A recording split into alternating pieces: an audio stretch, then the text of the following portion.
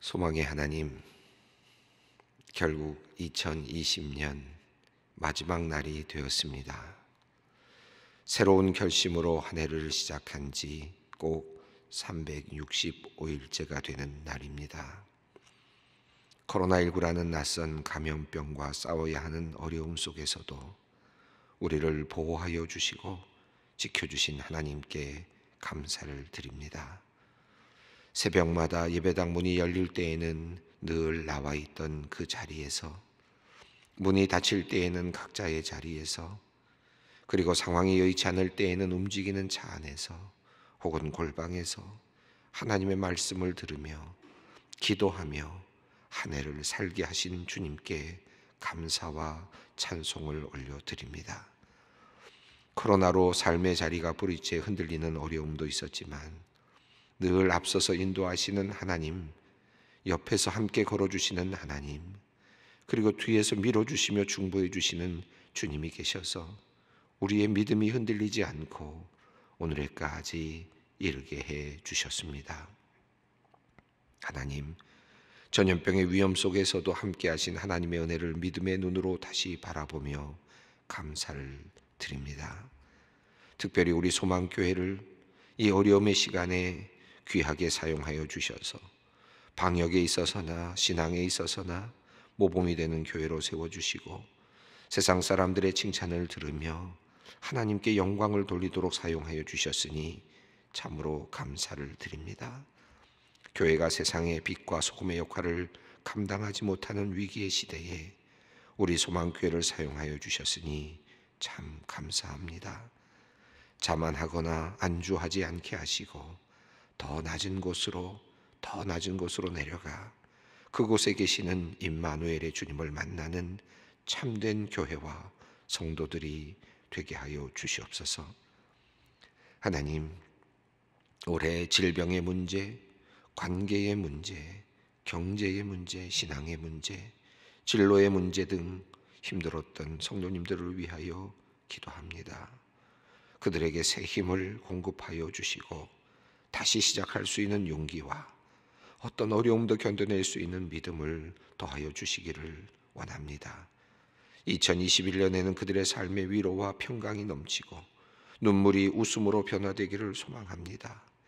그리하여 회복과 치유가 일어나고 화해와 연합이 이루어지는 복된 한 해가 될 수 있도록 주님께서 은혜를 베풀어 주시옵소서. 특별히 코로나19의 상황 속에서 위기를 맞은 성도님들이 있습니다.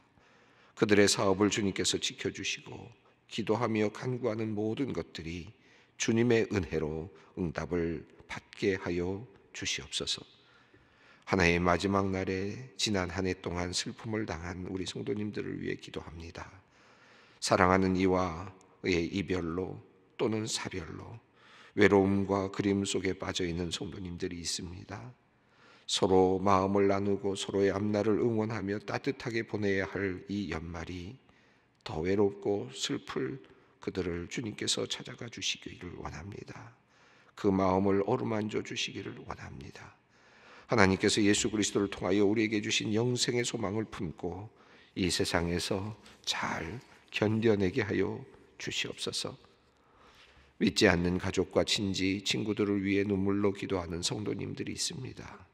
올해에는 응답을 받지 못하였지만 실망하지 않게 하시고 마침내 이루실 주님을 믿고 포기하지 않게 하여 주시옵소서. 하나님, 아쉬움으로 한 해를 마무리하는 이 땅의 젊은이들을 위해 또한 기도합니다. 나름대로 애를 쓰며 열심히 살려고 다짐하였지만 입시의 문, 취업의 문이 열리지 않아 좌절하며 한 해를 보낸 이들이 있습니다. 코로나 감염병의 영향으로 더욱 힘들었던 한 해였습니다. 이들의 좌절과 한탄을 주님께서 아십니다. 주님 긍휼히 여겨 주시옵소서. 한 해 수고하고 애쓴 것에 대해 스스로 자신을 다독이며 아픔의 시간을 잘 정리할 수 있도록 인도하여 주시기를 원합니다. 새해에는 새 마음으로 새롭게 출발하며 하나님께서 계획해 주신 기회를 만나는 은혜를 경험케 하여 주시옵소서. 하나님, 몸이 아픈 이들이 있고 관계 어려움 때문에 지친 이들이 있습니다. 서로 갈라져 싸우느라 마음이 상한 이들이 있습니다. 가족들의 마음이 흩어져 슬픈 시간을 보내는 가정이 있습니다. 멀리 있는 가족이 보고 싶어 늘 기도의 자리로 나오는 이들도 있습니다. 군대에 아들을 보내고 마음 아파하는 이들이 있고, 대학 입시 때문에 혹은 여러 다양한 시험 때문에 힘든 시간을 보내는 이들도 있습니다. 죄악에 빠져 세상의 힘에서 빠져나오지 못하고 있는 참으로 불쌍한 사람들도 있습니다. 하나님, 이들의 삶의 자리에 함께하여 주시옵소서. 이들의 간절한 사연과 기도를 들어 응답하여 주시옵소서. 멀리 간 이들은 하나님의 은혜로 바른 길로 들어서게 하시고 안전한 자리로 인도함을 받게 하여 주시옵소서.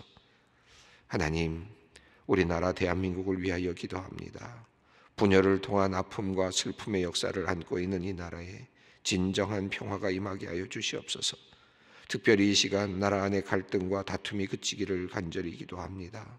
마음을 하나로 모아 더 정의롭고 더 안전한 나라를 위해 애써야 함에도 이념과 지역과 세대로 나뉘어 서로 공격하고 비난하는 데 시간과 에너지를 쓰고 있는 우리를 주님 불쌍히 여겨 주시옵소서.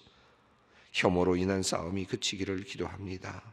쉽게 분노하고 되소롭지 않은 일에 혐오를 표출하는 우리의 모습을 불쌍히 여겨 주시옵소서. 누군가를 공격하지 않고는 참을 수 없어 하는 이들의 날카로운 마음을 주께서 어루만져 주시기를 기도합니다. 그들 안에서 그들을 움직이는 억압과 증오의 감정을 다스려 주시고 그릇된 가치관과 사고가 하나님의 질서 안에서 새롭게 정립될 수 있도록 주님 역사하여 주시옵소서. 이제 말씀을 듣습니다. 우리의 심령을 새롭게 변화시켜 주시고 다가오는 새해를 기쁨으로 감사함으로 준비하는 2020년 마지막 날이 되게 하여 주시옵소서. 우리 주 예수 그리스도의 이름으로 간절히 기도 올리옵나이다. 아멘. 오늘 우리에게 주시는 하나님의 말씀 사도행전 17장 22절로 34절 말씀입니다. 사도행전 17장 22절로 34절 말씀, 좀 긴 말씀인데 함께 우리가 봉독하도록 하겠습니다. 바울이 아레오바고 가운데 서서 말하되 아단 사람들아 너희를 보니 범사의 종교심이 많도다. 내가 두루 다니며 너희가 위하는 것들을 보다가 알지 못하는 신에게라고 새긴 단도 보았으니 그런즉 너희가 알지 못하고 위하는 그것을 내가 너희에게 알게 하리라. 우주와 그 가운데 있는 만물을 지으신 하나님께서는 천지의 주제이시니 손으로 지은 전에 계시지 아니하시고 또 무엇이 부족한 것처럼 사람의 손으로 섬김을 받으시는 것이 아니니 이는 만민에게 생명과 호흡과 만물을 친히 주시는 이심이라. 인류의 모든 족속을 한 혈통으로 만드사 온 땅에 살게 하시고 그들의 연대를 정하시며 거주의 경계를 한정하셨으니 이는 사람으로 혹 하나님을 더듬어 찾아 발견하게 하려 하심이로되 그는 우리 각 사람에게서 멀리 계시지 아니하도다. 우리가 그를 힘입어 살며 기동하며 존재하느니라. 너희 시인 중 어떤 사람들이 말과 같이 우리가 그의 소생이라 하니 이와 같이 하나님의 소생이 되었은즉 하나님을 금이나 은이나 들에나 돌에나 사람의 기술과 고안으로 새긴 것들과 같이 여길 것이 아니니라. 알지 못하던 시대에는 하나님이 간구하셨거니와 이제는 어디든지 사람에게 다 명하사 회개하라 하셨으니 이는 정하신 사람으로 하여금 천하를 공의로 심판할 날을 작정하시고 이에 그를 죽은 자 가운데서 다시 살리신 것으로 모든 사람에게 믿을 만한 증거를 주셨음이니라 하니라. 그들이 죽은 자의 부활을 듣고 어떤 사람은 조롱도 하고 어떤 사람은 이 일에 대하여 내 말을 다시 듣겠다 하니 이에 바울이 그들 가운데서 떠나매 몇 사람이 그를 가까이하여 믿으니 그 중에는 아레오바고 관리 디오누시오와 다말이라 하는 여자와 또 다른 사람들도 있었더라. 오늘 말씀은 긴 말씀이기도 하지만 굉장히 중요하게 여겨지는 말씀이기도 하고 또 앞서서 말씀을 드렸습니다만 사도행전에서는 바울의 그 선교의 여행 중에서는 하나의 정점과도 같은 가장 그 중심에 있는 내용이라고 할 수도 있을 만큼의 중요도가 있는 그런 말씀입니다. 바울이 여러 곳에서 이제 하나님의 말씀을 증거했고 또 베드로도 빌립도 다양한 스데반도 다양한 분들이 사도행전의 여러 곳에서 하나님의 말씀을 증거했습니다. 이 모든 것들이 다 캐리그마이죠. 그래서 이 케리그마라는 건 이제 복음의 어떤 본질을 이야기하는 내용들이라고 할 수 있겠습니다. 그런데 이제 그 예루살렘에서 시작된 이 복음이 예수 그리스도가 주님이시다. 너희가 십자가에 달려 죽게 한 그분, 그리고 부활하신 그분이 예수 그리스도이시다. 너희가 십자가에 달려 죽게 한 그분을 하나님께서 다시 살려내셨다. 그분이 우리의 주님이시다. 그리스도이시다. 예수는 주님이시다라고 하는 그런 이야기를 한 내용입니다. 이것이 이제 복음의 핵심적인 내용이라고 할 수 있죠. 그래서 그 과거에는 유대인들을 향하여 이제 전개되는 복음이라면 점차 이제 바울을 통해서 이제 이방인들을 향한 복음으로 나아가기 시작을 했고 조금씩 변화되어가는 과정을 우리가 보았습니다.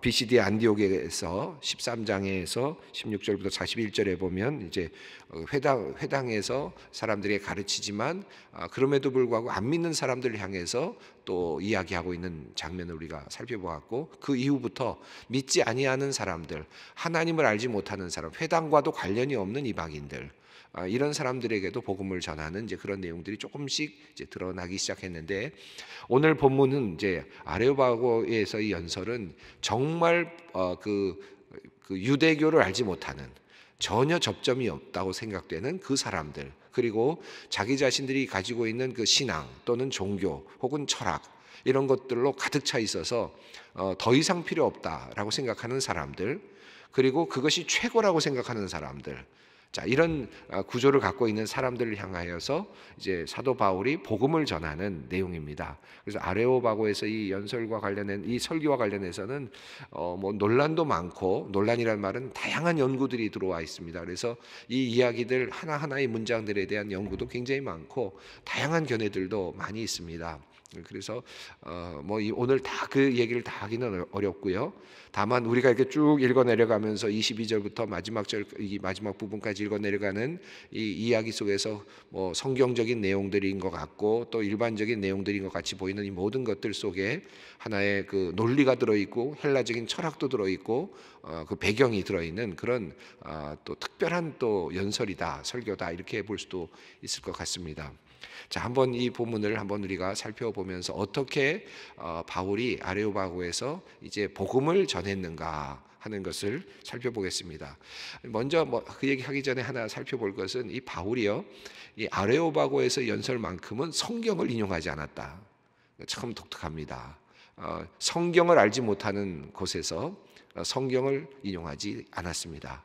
그 성경을 인용하지 않으면서 지금 철저하게 성경의 이야기를 숨기면서 동시에 그들이 알고 있는 또 다른 정보, 성경과 유사한 내용들을 가져다가 쓰면서 그 철학적인 내용들이라든가 그들의 사고관 같은 것들을 가져다가 쓰면서 지금 복음을 전하고 있는 아주 특별한 본문으로 이렇게 볼 수 있습니다. 우리가 선교를 할 때 어떻게 해야 될지 또 설교를 할 때 어떻게 해야 될지 또 그런 내용들을 우리가 배울 수 있는 좋은 본문이기도 한데요. 한번 살펴보겠습니다. 22절 말씀입니다. 바울이 아레오바고 가운데서 서서 말하되 아덴 사람들아 너희를 보니 범사에 종교심이 많도다.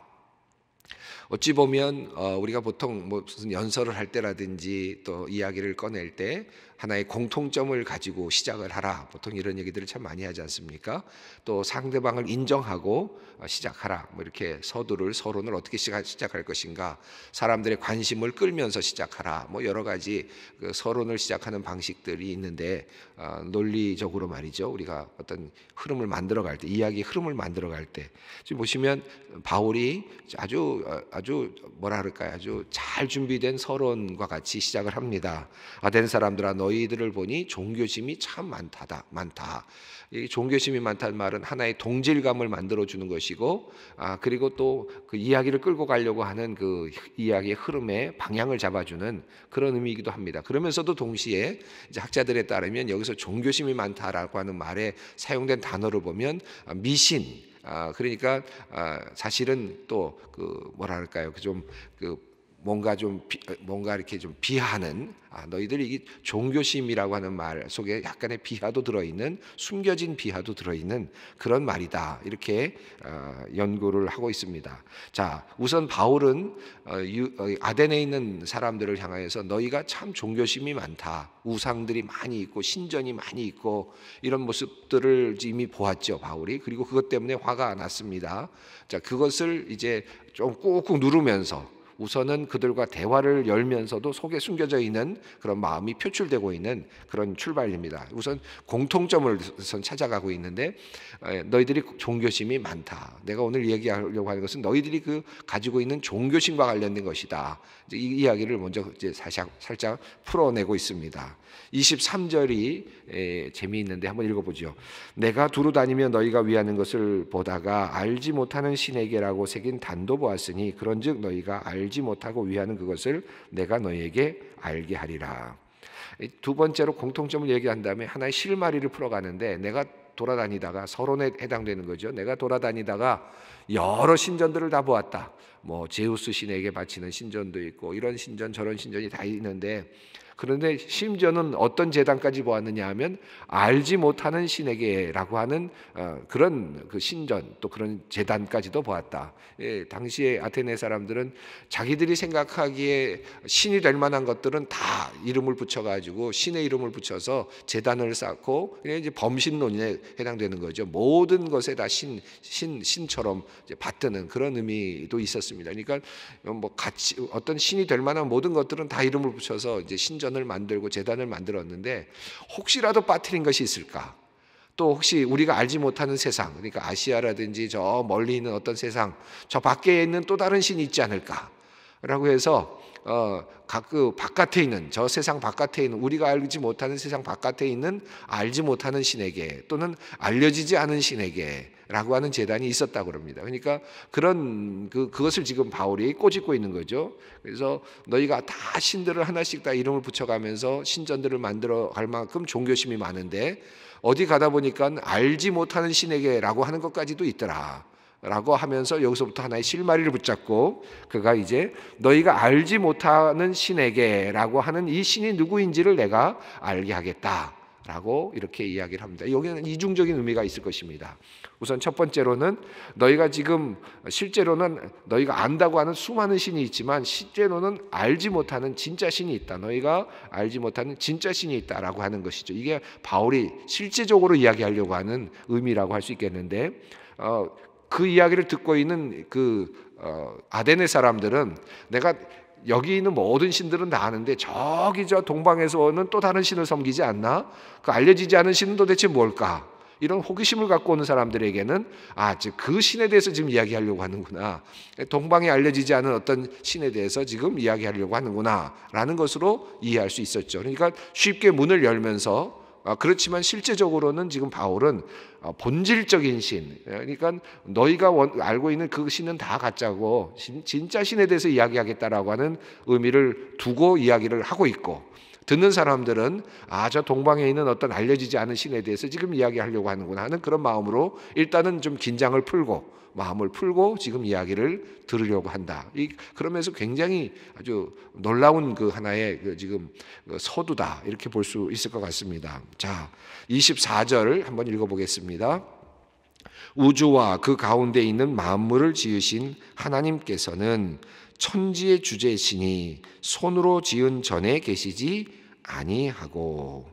자, 우주와 그 가운데 있는 만물을 지으신 하나님께서는 이라고 표현을 했습니다. 그런데 이 말은 어찌 보면은 쉬운 말이고, 또 우리 성경적으로 보면 아주 그냥 평범한 말이고 다 아는 말인데, 이 헬라의 철학을 가지고 있는 사람들에게는 이것은 조금 쉽지 않은 이야기죠. 왜냐하면 그 당시에 영지주의라든지 또 그 그리스 헬라의 철학으로 봤을 때는 이 만물을 만드신 신은 좀 저급한 신으로 그렇게 이해를 했죠. 그래서 만물을 만드신 신 중에서는 제일 제일 아래에 있는 신으로, 그래서 데미ур게라고 하는 신으로 이렇게 이해를 하지 않습니까? 지금 하나님이 만물을 만드셨다라고 하는 것은, 그럼 물론 신이 만물을 만드셨지, 그러나 그 신은 왜냐하면 이 신이 만물을 만드셨는데 오류가 많으니까, 이 세상에 이렇게 오류가 많지 않게 만들었어야 되는데 좀 저급한 신이니까 이 세상을 오류로 만들었지, 이런 생각을 하는 그 그리스의 그 사상이 있으니까, 이런 생각 때문에 만물을 지으신 하나님은 좀 저급한 신이라고 생각을 하는데, 그런데 이제 이렇게 이야기하면 우주와 그 가운데 있는 만물을 지으신 하나님께서는 천지에 지으신 주제이시고 손으로 지은 전에 계시지 아니한다. 여기서 지금 암시적으로 지금 바울은 물질을 만드신 신, 이 세상을 만드신 신이 내가 이야기하려고 하는 신이고, 그리고 그 신은 사실은 최상의 신이시다라고 하는 그 마음을, 지금 그 이야기를 담고 있는 거죠. 그리고 물질을 만드신 신과 최상의 신은 구별이 없다라는 사실을 지금 이야기하고 있습니다. 그리고 그분은 온 세상을 지으셨기 때문에 손으로 지은 전에 계시지 않는다. 손으로 지으신 전에 계시지 않는다라고 이렇게 이야기합니다. 이것은 우리가 생각하기에 그저 당연히 논리적으로 그러하다라고 할 수 있고, 또 성경에도 그런 이야기가 나오기 때문에 당연히 성경적인 이야기로 받을 수 있지만, 그 유리피테스의 단편을 보면 이미 그와 같은 이야기가 있습니다. 그러니까 헬라의 사상에, 그리스 사상에 이미 그 내용이 있었던 거죠. 이런 내용이 있습니다. 단편에 보면 장인이 만든 집의 벽이 신을 그 둘러친 벽 안에 가둘 수 있겠는가 하는 이제 그런 문장이 나온다고 합니다. 이 연구들을 통해서 많은 학자들이 하나씩 이 본문들이 말하고 있는 것들이 그리스 헬라의 그 철학과 어떻게 연결이 되는지, 바울이 그런 문장들을 아마도 가지고 알고 이것을 쓰지 않았을까 연구하는 연구들이 참 많은데, 그러니까 손으로 지으신 그 벽에 갇혀 계시지 않는다. 이거는 지금 듣고 있는 많은 사람들에게는 공감이 되고 또 알고 있는 그런 주장을 이미 그리스 철학으로부터 들어서 알고 있는 내용들이라고 할 수 있겠습니다. 그래서 이게 지금 알고 있는 내용들을 근거로 해서 하나씩 지금 하나님에 대해서, 여호와 하나님에 대해서 증명을 해나가는 아주 굉장히 절묘한 설교라고 할 수 있겠습니다. 25절 말씀입니다.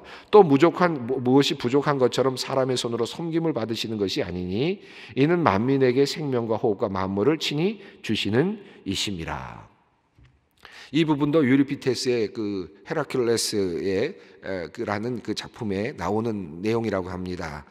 만약 그가 진실로 하나님이시라면 하나님에게는 아무것도 필요하지 않다. 이 철학자들이 이제 이렇게 글을 쓴 거죠. 그런 내용들을 사고하면서 그런 글들을 이제 그들의 그 단편집이라든가 그런 책들의 그 시에 써놓은 것들을 인용하는 겁니다. 그래서 성경이 아니지만 실제로는 성경이 말하고 있는 내용들을 그들의 인간적인 사상에서, 그들의 어떤 사고에서 끄집어내어서 지금 하나님의 말씀으로 대체하면서 그것을 지금 설득하고 있는 그런 방식으로 끌고 가고 있습니다. 자, 이렇게 설명을 하면서 26절 말씀 읽어봅니다. 인류의 모든 족속을 한 혈통으로 만드사 온 땅에 살게 하시고 그들의 연대를 정하시며 거주의 경계를 한정하셨으니. 앞서 있었던 그 하나님께서 어떤 것도 필요하지 않다라고 하는 것은 시편 50편 9절부터 12절에도 나오는 내용이고, 성경과 왔다 갔다 하는 거죠. 지금 이 헬라의 철학자들이 이야기한 것과 성경의 말씀을 오르락 내리락 하면서 지금 말씀을 증거하고 있습니다.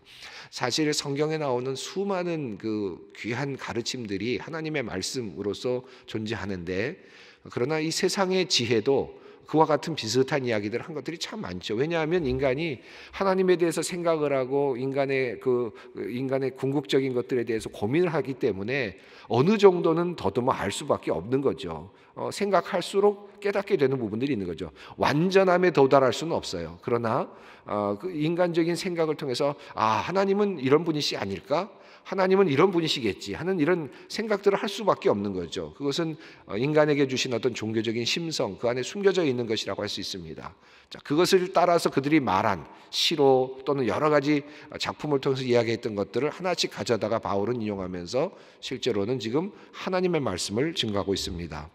인류를 한 혈통으로 만드셨다라는 것은 이미 아담과 하와를 통해서, 그리고 아브라함의 족속을 통해서 하나님께서 지금 이끌어가고 계시는 하나님의 그 역사하심을 우리가 이미 알고 있기 때문에 성경적인 것인데, 동시에 스토아적인 철학에서도 모든 인류가 하나이고 그리고 하나로 연결된다라고 하는, 세계 정신으로 연결된다고 하는 그런 사상이 있으니까 그것도 지금 가지고 오고 있습니다. 그래서 이 모든 것들은 27절에서 이제 만납니다. 이는 사람으로 혹 하나님을 더듬어 찾아 발견하게 하려 하심이로되 그는 우리 각 사람에게서 멀리 계시지 아니하도다. 예, 여기서 더듬어 찾다. 이거 인간의 죄성 때문에 완전하게 찾지는 못하지만 더듬어서 찾는다. 인간의 죄성이 담보되어 있습니다. 그럼에도 불구하고 찾을 수 있는 것들이 어느 정도는 열려 있었다. 그래서 하나님은 사실은 멀리 계시지 않는다. 예, 이 에피큐리안들은 하나님은 계시지 않는다라고 믿거나 또는 하나님은 계시더라도 멀리 계신다라고 그렇게 믿었는데 지금 그들을 향해서 하나님은 멀리 계시지 않는다라고 그렇게 이야기하고 있습니다. 자, 28절 읽어봅니다. 우리가 그를 힘입어 살며 기동하며 존재하느니라 너희 시인 중 어떤 사람의 말과 같이 우리가 그의 소생이라 하니. 이 말씀에는 두 가지 인용문이 있는데 하나는 에피메니데스의 그 글인데 그를 힘입어 살며 기동하며 존재하느니라. 이것은 제우스 신을 향한 고백이었습니다. 그리고 우리가 그의 소생이다라는 것은 아라토스라고 하는 분이 쓴 글에 나오는 내용인데 헬라 시인이죠. 우리가 그의 소생이다. 이거 여기서도 제우스 신을 향해서 한 내용들인데 이걸 가져다가 이제 하나님 여호와 하나님을 증명하는 일에 지금 사용하고 있습니다.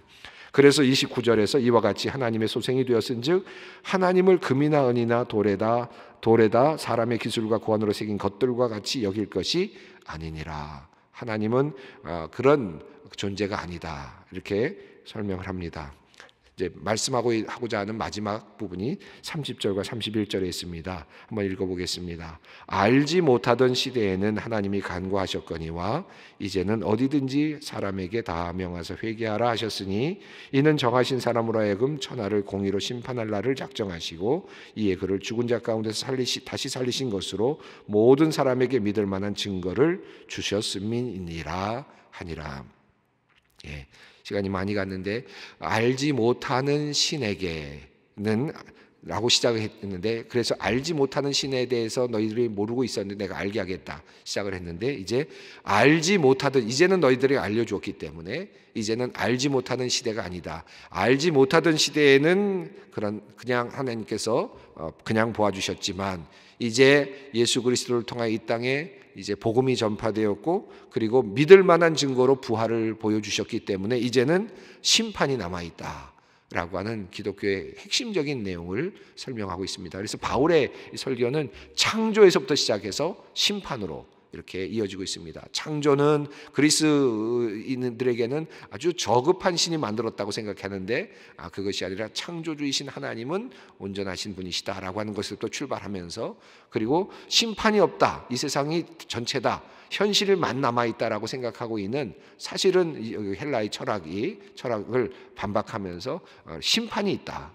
심판을 기억해야 한다라고 하는 그 내용으로 마무리하고 있습니다. 그래서 이 기독교가 헬라의 철학과 연결되고 있는 부분들이 얼마나 많이 있는지도 이야기하면서 동시에 전혀 다른 점이 무엇인가? 하나님은 멀리 계시지 않는다. 가까이 계신다. 그리고 하나님은 우리를 심판하실 것이다. 창조는 하나님의 작품이다. 저급한 신의 작품이 아니라 하나님의 작품이다. 이 사실을 천명하고 있습니다.